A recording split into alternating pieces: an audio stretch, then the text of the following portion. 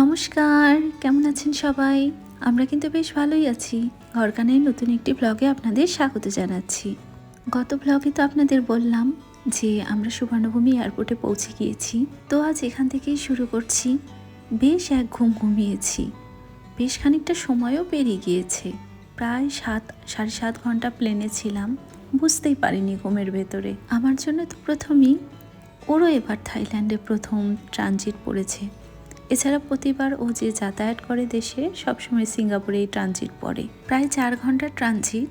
আর যেহেতু রাত্রিবেলা লোকজনের আনাগোনা তুলনামূলক একটু কম, এই জন্য আমরা একটু জায়গা খুঁজছি যে কোথায় একটু বসে সময়টা কাটানো যাবে। এই ট্রাভেলেটরের ওপর দিয়ে হাঁটার সময় এই চারপাশের সিনারিগুলো দেখতে এত সুন্দর লাগছে। একের পর এক ট্রাভেলেটর পার হচ্ছি, কিন্তু কোথাও খুব একটা বসার সেরকম জায়গা পাচ্ছি না, কারণ সবাই মোটামুটি জায়গা করে নিয়ে ঘুমিয়ে পড়েছে। যেহেতু রাতের বেলা ঘুম তো একেবারেই ধরছে না। মাঝে মাঝে এই বোর্ডটা এসে চেক করে যাচ্ছি আর একটু হাঁটাহাঁটি করছি। একটু বসার জায়গা পেয়েছিলাম, আবার এর মাঝে একটু ফ্রেশ হয়ে বাসায়ও কথা বলে নিয়েছি, কারণ বাসার মানুষ তো খুব টেনশন করছে। এই একটা জায়গা যেখানে বসে একটু বাসায় যোগাযোগ করা যাবে। তাছাড়া পুরো জার্নিটা তো সেই বেশ দীর্ঘ সময়ের। দেখতে দেখতে রাতের আলো কাটিয়ে সকালের আলো ফুটে গেল, কিন্তু ওই যে হানেদা এয়ারপোর্ট থেকে কফি খেতে চেয়েছিলাম দুজনে মিলে, এখন পর্যন্ত কোনো কফি শপ খুঁজে পেলাম না। তো এখানে কিছু সামান্য চেকিং হওয়ার পর একটা মেট্রো চলে এলো। সেই মেট্রোতে করে নিয়ে নাকি আমাদেরকে যাবে আবার একটা এয়ারপোর্টে। এই সুবর্ণভূমি এয়ারপোর্টেরই হয়তো একটা শাখা। বাহ, দেখুন কি বেশ সুন্দর একটা জায়গা। সামনে ঢুকেই একদম দুটো হাতির মূর্তি, কি অপূর্ব লাগছে। আর যে এয়ারপোর্টে এতক্ষণ ছিলাম সেটার তুলনায় এটা বেশ সাজানো গোছানো এবং বেশ ফুড কোর্ট আছে এখানে। দুজনেই বলা বলি করছি এইবার বুঝি কফি খাওয়ার স্বাদটা মিটে যাবে, যেহেতু এখানে অনেক দোকান আছে। আমরা দুজনেই বেশ কফি লাভার। বাহিরে বের হলে কিছু খাই বা না খাই, দুজনেরই কফি দরকার হয়ে পড়ে, সে বাসাতেই হোক আর বাহিরেই হোক। চলুন দেখি। এখন এখানে তো অনেক কফির দোকান আছে, কিন্তু যে গেট নাম্বারটা আছে সেখানটা আগে খুঁজে বের করতে হবে। তো এই যে আমাদের সেই অপেক্ষমান প্লেন বসেই আছে। আর জায়গাটাও বেশ সুন্দর, খুব সুন্দর সাজানো গোছানো। কি সুন্দর একদম জীবন্ত গাছ, খুব অপূর্ব লাগছে দেখতে। তো কাছাকাছি আমরা একটা ফুড কোর্ট দেখে নিলাম, এখানে কিছু খাবার এবং একটু কফিটাও খেয়ে নেব। ও তো খাবার অর্ডার দিয়ে দিয়েছে, তাই আমি একা একাই হাঁটছি আর চারপাশটা একটু ঘুরে ঘুরে দেখছি। কত সুন্দর সুন্দর মূর্তি সাজানো, অপূর্ব লাগছে আমার দেখতে। আমি তো এর আগে বেশ কিছু এয়ারপোর্টে ঘুরেছি ইন্ডিয়ার, কিন্তু তার তুলনায় এইটাও বেশ সুন্দর লাগছে। তবে আজ বেশ হতাশই হয়ে গিয়েছিলাম, হয়তো দেশে যাওয়ার আগে কফি খেতে পারবো না। যাই হোক, ইচ্ছা থাকলে উপায় হয়। এই যে আমাদের খাবারগুলো চলে এসেছে। আমি নিলাম একটা হট কফি আর শর্মা, আর ও নিয়েছে একটা পিৎজা আর একটা কোল্ড কফি। প্লেনে তো খাবার দেবেই, কিন্তু আমার কাছে মনে হয় খাবার একটা নেশার মতো। যতই পেট ভরা থাকুক, কিছু কিছু জায়গা আছে যেখানে গেলে খাবারটা একটু খেতেই হয়, না হলে জার্নিটা হয়তো পূরণ হয় না। এরকম হয়তো অনেকেরই হয়। তো কার কার এমন হয় আমাকে অবশ্যই বলবেন।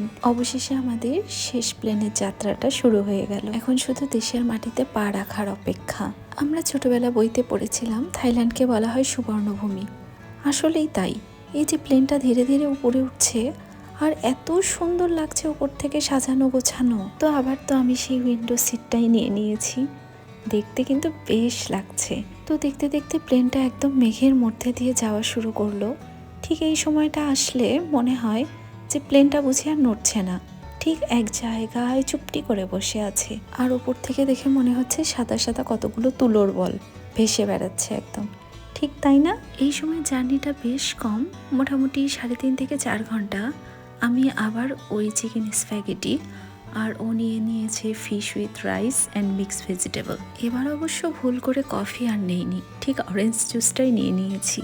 খাবারগুলো বেশ মজা লাগছে খেতে, বেশ স্যালাদও দিয়ে দিয়েছে। এই যে দেখতে দেখতে ঢাকা শহরের মাথা উঁচু করে দাঁড়িয়ে থাকা বিল্ডিংগুলো দেখা যাচ্ছে।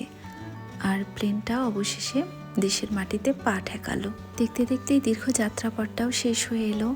এখন দেখি চলুন ফোনের সিমগুলো ঠিকঠাকভাবে ভরে নেই, কারণ এখন বাসায় তো কথা বলতে হবে সবার সাথে।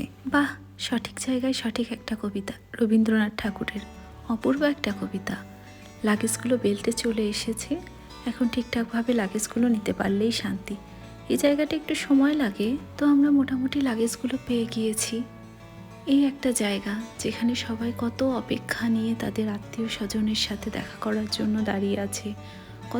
কতজনকে রিসিভ করা বা বিদায় জানানোর জন্য এই একটা জায়গায় আসে, ভাবতেই অবাক লাগে। যেহেতু আজ মোটামুটি 6-7 বছর হলো যাতায়াত করছে, এখন আর কাউকে রিসিভ করার জন্য আসতে হয় না। প্রথম অনেকেই আসতাম, কিন্তু এখন আর কেউ আসে না। আর এই এয়ারপোর্ট থেকে আমাদের বাসার দূরত্ব মোটামুটি 4-5 ঘন্টার। তো আমরা একটা কার ভাড়া করে নিয়েছি। ঠিক এই যমুনা সেতু থেকে বাসার দূরত্ব 2 থেকে 2.5 ঘন্টার মতো। তাই দুজনে মিলে সামনে একটু ব্রেক নেব। খিদেও পেয়েছে বেশ। জানি বাসায় গেলে অনেক কিছুই খাবার রেডি করা আছে, মামনি তো অনেক কিছুই করে রেখেছে। তারপর আমি নিলাম একটু চা, আর ও ডাল পরোটা নিয়ে নিল। চাটা খেলে রাস্তায় যেখানেই চা বা কফি খাওয়া হোক, একটু হলেও ফ্রেশ লাগে। অবশেষে এই প্রিয় মুখগুলোর দেখা পেলাম, প্রিয় মানুষগুলোকে ছুঁয়ে দেখতে পাচ্ছি, কি যে শান্তি লাগছে।